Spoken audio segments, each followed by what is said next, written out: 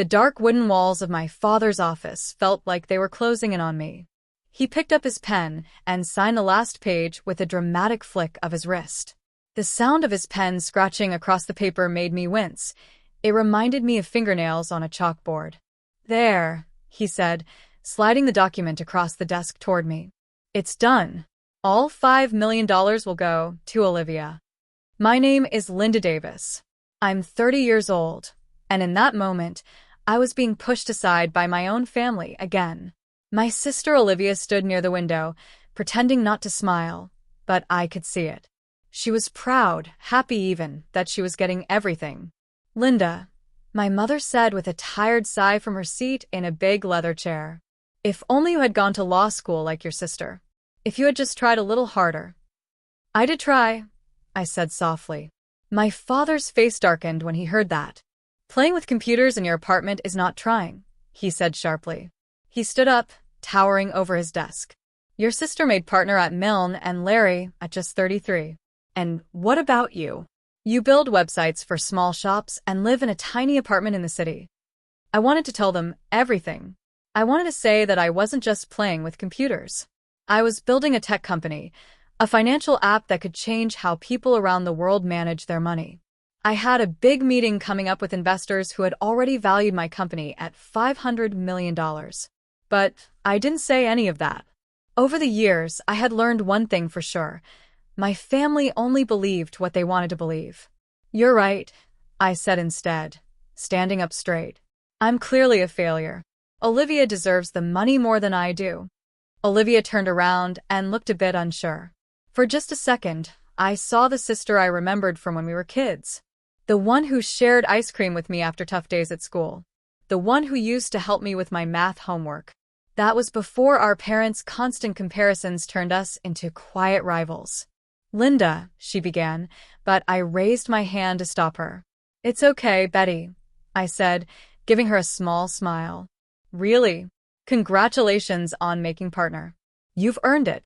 As I walked toward the door, I didn't feel angry. I felt free. They had made their choice, and now I could finally make mine, without their shadow hanging over me. As I walked toward the door, my mother called out behind me. "Will you at least join us for dinner? Your father made a reservation at Le Pavilion to celebrate Olivia's promotion." I paused and turned around to look at them one last time. My father was frowning, clearly still disappointed. My mother sat in her chair with a worried look on her face, one she had worn many times before. Olivia stood by the window. She looked proud, but also a little guilty. The room was filled with awards. There were law degrees on the walls, certificates from the Bar Association, and pictures of Olivia's big career moments. But there was nothing about me. No photos. No signs that I had ever been part of their success story. "I have a meeting," I said calmly. "But enjoy your dinner." As I drove back to the city, I had time to think. The trust fund had never really been about the money, not for me. I already had more than enough money of my own now. What really hurt was what the trust fund meant. When Olivia and I were born, our parents created trust funds for both of us. We were supposed to get them when we turned 34. But there was a rule in the contract. If our parents thought one of us wasn't meeting the family's expectations, they could give that person's share to the other sibling. My phone buzzed with a message from Julie, my chief technology officer. "VCs moved the meeting to tomorrow. You ready?" I smiled. We had worked so hard on the presentation. "More than ready," I texted back. It's time to change the game. When I reached my small apartment, the same one my father had mocked, I kicked off my heels and walked into my home office. On the wall, my screens lit up with live data. We were running a test on our latest version of the system. Numbers scrolled quickly, showing prediction after prediction, each one accurate. Each one proof that we had built something amazing. The thing my father called playing with computers had actually turned into something powerful. We had built ATGN, adaptive trading heuristics, and enhanced neural analytics.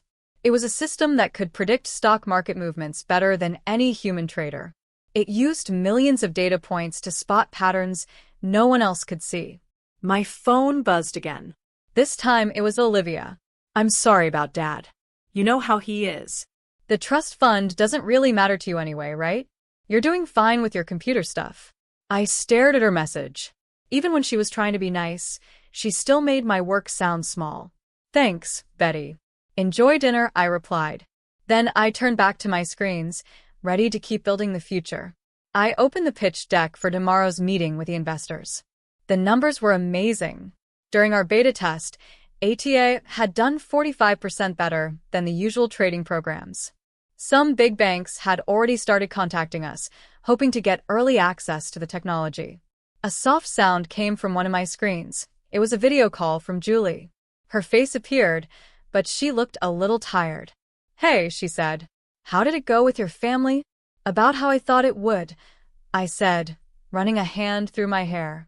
Dad gave my trust fund to Olivia. They're probably having dinner right now at Le Pavilion to celebrate. Julie shook her head. Their loss. Are you ready to show those investors what real success looks like tomorrow? I pulled up another screen showing ATA's newest test results. Actually, I said, I've been thinking, what if we don't take the investors' money? Julie's eyes widened. What? Linda, they're offering $45 million, and the company is worth $500 million already. That's small thinking, I said, cutting in. Look at these numbers, Julie. We don't need their money. We could take this public in a year and keep full control. I smiled, imagining the day of the IPO, the public launch of our company. I could almost see my father's face when he realized what I had built. I want to prove what playing with computers can really do, I said. Julie was quiet for a few seconds, then slowly smiled. You don't just want success. You want to build something big. I want to build something so strong and important, I said, that even my father can't ignore it. I want to change how the entire financial world works. But your dad's a corporate lawyer, Julie said. Wouldn't he already know about ATA if it's this big? I laughed. Julie, my dad still uses a BlackBerry and thinks coding is something you learn at a community college. He doesn't know about ATA because he's never cared enough to ask what I do. His loss, Julie said firmly. So, what's the plan? Cancel the investor meeting? I shook my head, an idea forming in my mind. No, we still go. But instead of asking for money, we ask for partnerships. Let them connect us to banks and financial companies. We don't need their cash. We need their network. 7 months after being cut out of the family trust, I wasn't looking for their approval anymore. I was building something far greater. I stood in our new office in downtown Richmond, watching our team of engineers work on the final tests for Athena. The windows stretched from the floor all the way to the ceiling, giving us a clear view of the financial district. All the big banks and companies we could soon change with our technology were just blocks away. Linda, Julie called from her desk. You need to see this. I walked over to her with my coffee and looked at her screen. The newest test results were even better than we hoped for. Athena wasn't just guessing how the markets would move, it was spotting events that would change the market before they even happened. Is this real? I asked, leaning in closer to look at the data. Julie nodded, her eyes glowing with excitement. We triple-checked it. Athena found patterns in social media, news stories, and how people were trading. It predicted the Morgan Stanley merger 4 days before it was announced. If this had been real trading instead of a test, I said, we would have made billions. Have you shown this to the compliance team? I asked. That's the best part, Julie said, bringing up another screen. It's all legal. Athena doesn't use insider info. It's just better at putting together public data than any person could ever be. Just then, my phone buzzed. A text from Olivia. Hey sis, haven't heard from you in months. Parents are worried. Dad says your number at the apartment isn't working. I smiled a little. Of course, it wasn't working. We had moved months ago to a brand new office that cost $120 million, just 7 blocks from One Wall Street. But my family still thought I was in a small apartment, playing with computers. I'm fine, just busy with work, I replied. Another message buzzed in, this time from Jacob, our head of legal. SEC meeting confirmed for next week. They're very interested in our compliance process. He was being modest. When people heard that we were building something new in the fintech world, the SEC had rushed to meet us. They wanted to learn how Athena worked before it went public. It was a smart move on their part. Miss Davis, our receptionist said through the intercom, there's a Mr. Milne here to see you. He says he's from Milne and Larry. My heart skipped a beat. That was Olivia's law firm, one of the biggest in the city. Send him in, I said, straightening my blazer. Adam Milne, the senior partner himself, walked in. He looked exactly like the kind of lawyer my father respected, silver hair, a perfect suit, and the kind of confidence that comes with old money. Miss Davis, he said, reaching out to shake my hand. Thank you for meeting with me on short notice. I hope you don't mind the surprise visit, Mr. Milne said. But when we started hearing rumors about what you're building here... You heard rumors? I asked, motioning for him to take a seat. From who? He gave a polite smile. Let's just say some big financial companies are very interested in your technology. They're our clients, and they asked us to look into possible partnerships. Does my sister know you're here?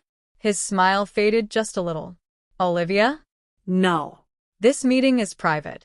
Though I was surprised to find out you're her sister. She's never mentioned that she has a sister who plays with computers. I finished for him. I'm not surprised. I doubt she talks about me much at all. Just then, Julie showed up in the doorway holding a tablet. Linda, sorry to interrupt, but the Goldman Sachs team is here for their demo. At the mention of Goldman Sachs, Mr. Milne raised his eyebrows. I could almost see the gears turning in his head as he started to realize I might be more important than he thought. I stood up. Mr. Milne, I'm afraid I have another meeting now. If you want to talk more about partnerships, you can reach out to our legal team to schedule something. Of course, he said, also standing. But Miss Davis, whatever Goldman is offering, we can match it. Our firm represents half of the major financial players in the city. I walked him to the door with a calm smile. It's not about the money, Mr. Milne. It's about changing the game completely. I think you understand. After he left, Julie gave me a knowing look. You enjoyed that, didn't you? Maybe a little, I said with a smile. How long do you think it'll take him to tell Olivia about what we're doing here? Considering her firm works with billions of dollars in clients, I said, probably 7 minutes. Sure enough, my phone buzzed a few minutes later. A text from Olivia. Linda, why didn't you tell me? Patrick Milne just came back from your office, looking like he saw a ghost. What are you working on? I put my phone away without replying. There would be time to talk to my family later. Right now, we had a big meeting to focus on. The Goldman Sachs team was already waiting in the conference room. 5 executives in sharp suits, trying not to look too excited. Just having them here was a huge win. If we could get Goldman as an early partner, it would open every door in the financial world. I stepped into the room and greeted them with confidence.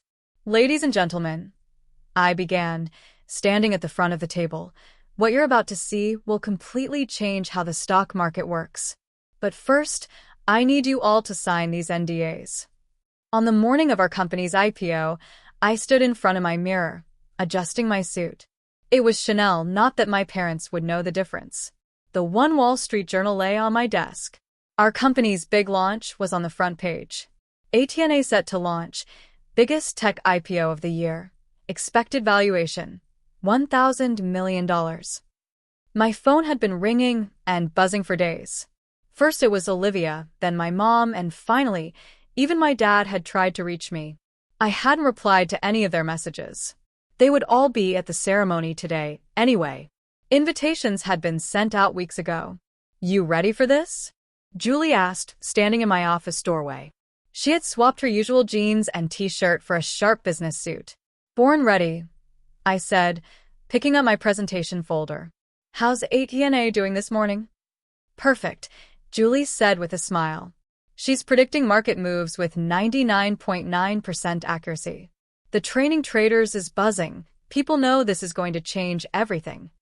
We left for the stock exchange. A crowd had already gathered outside. Reporters were everywhere. Cameras flashed as we walked past. I heard bits of what they were saying. Youngest female CEO to take a company public. This tech will change the future of finance. Already partnering with top banks. Inside, the building was full of energy. Our team stood near the podium. Representatives from all the major banks and financial firms were there too. And in the front row sat my family. My father's face was hard to read, proud, but also full of regret. He looked confused, maybe even shocked. My mother dabbed at her eyes with a tissue. And Olivia just stared at me like she was finally seeing who I really was. Linda, my father said as I walked past. He stepped forward. We had no idea. No, I said quietly. You didn't. Because you never asked. Before he could say anything else, the president of the stock exchange called me to the stage. It was time to begin the ceremony. Ladies and gentlemen, I started again, this time from the podium, this time speaking to the world. I began to speak, my voice filling the now silent trading floor. 4 years ago, I started building ATNA in a small apartment. People said I was just playing with computers. They told me I was wasting my talent. But what they didn't see was that I was building the future. I looked at my father as I continued. Today, ATNA can process more financial data in 1 second than all of One Wall Street can look at in a whole month. She predicts market changes with almost perfect accuracy. And she does all of it while staying within the rules, legal and ethical. I paused before going on. But more important than that, ATNA is proof of what can happen when you believe in your own idea, even when nobody else does. The ceremony continued as planned. There were speeches, handshakes, and finally, the ringing of the bell. But the real moment came when our stock price showed up on the big screen. The room exploded with cheers as the numbers climbed higher than anyone expected. By the time the stock launched, my share of the company was worth over $500 million, more than 50 times the value of the trust funds my father had taken away from me. After the ceremony, my family walked over, unsure of what to say. Olivia spoke first. Linda, I'm so sorry, she said, no longer hiding her emotions. All this time, when you tried to tell us about your work. Save it, I said gently. You all believed what you wanted to believe. My father cleared his throat. About the trust fund. Keep it, I said before he could finish. Olivia earned it. Just like I earned this. Sometimes, when people expect you to fail, it pushes you to work harder. And that makes success feel even better. But we're family, my mother said quietly. We should have supported you. I looked at Julie and our team, the people who believed in me when ATNA was nothing but code on a screen. You're right, I said. We are family.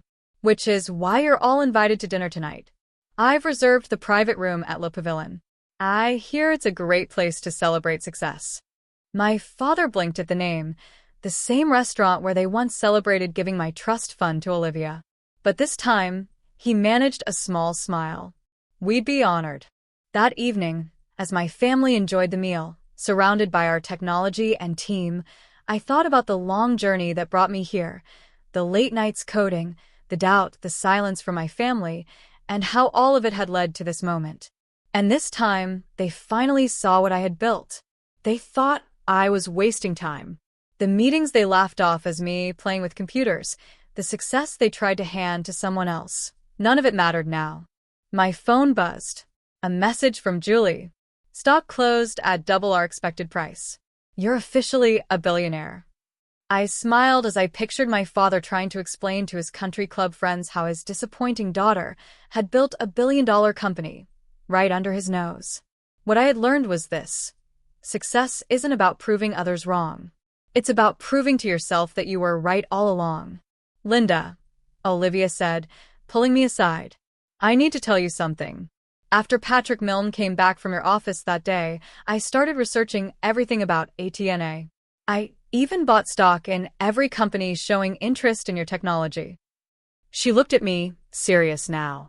I believed in you, even if I didn't say it. I raised an eyebrow. Did you make any money? She smiled wide. Enough to pay back that trust fund 10 times over. Good, I said. Because I need a lawyer I can trust for our next expansion. Someone who understands both tech and family. Her eyes went wide. Are you offering me a job? I'm offering you a chance to be part of something bigger than both of us, I said. So what do you say, sis? ready to play with computers? The next morning, I walked into our new building, now officially named the Central Park Tower. In the lobby, I passed a young intern sitting with a laptop, working on code during her break. She reminded me of myself, back when everyone thought I was wasting my time. Keep going, I told her with a smile. Some of the biggest success stories start in the smallest apartments. She looked up, her eyes lighting up as she recognized me. Miss Davis, I've read about how you built ATNA. My parents think I'm crazy for choosing programming instead of law school. But you have a vision, I said, finishing her thought. Hold on to that. The people who doubt you today will be reading about you tomorrow. As I rode the elevator up to my office, I thought about what legacy really means. Not the kind my father tried to pass down. The real kind, the one you build with your own hands, one step at a time. ATNA wasn't just changing how money moved. It was changing how people see success. Because sometimes, the best inheritance isn't something you're given. It's something you build line by line, on your own terms.